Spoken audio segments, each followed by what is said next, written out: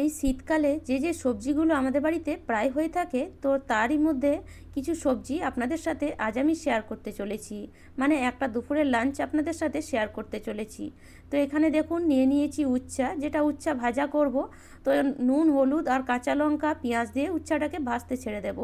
আর তার সাথে সাথে এখানে আলু দিয়ে দিয়েছিলাম কড়াইয়ের মধ্যে।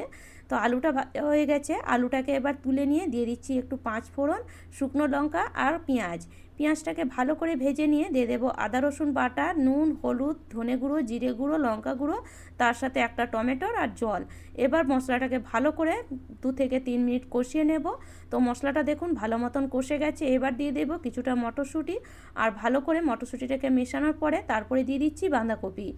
আর এই বাঁধাকপির তরকারি তো আমি আশা করি প্রায় বাড়িতেই হয়ে থাকে। তার সাথে দিয়ে দিলাম আলু, বাঁধাকপিটাকে ঢেকে দেবো। যতক্ষণ সেদ্ধ হচ্ছে ততক্ষণ এদিকে ভাজাটাও রেডি হয়ে গেছে। আর কিছুক্ষণ পর দেখুন বাঁধাকপিটাও রেডি হয়ে গেছে। ওপর থেকে সামান্য একটু গরম মশলা, চিনি আর ধনেপাতা দিলেই বাঁধাকপির তরকারিটা একদম রেডি। তো চলুন এবার শীতকালের একটা ফেভারিট জিনিস দেখাচ্ছি, সেটা হলো বেগুন পোড়া। আর এই শীতকালে বেগুন পোড়া খেতে দুর্দান্ত লাগে। তো আমরা আজকে দুপুরবেলাতেই বেগুন পোড়াচ্ছি, কেননা বাঁধাকপির তরকারি হয়েছে, তার সাথে ডাল, বেগুন পোড়া আর ওই যে উচ্ছা ভাজা, খেতে কিন্তু খুব সুন্দর লাগবে।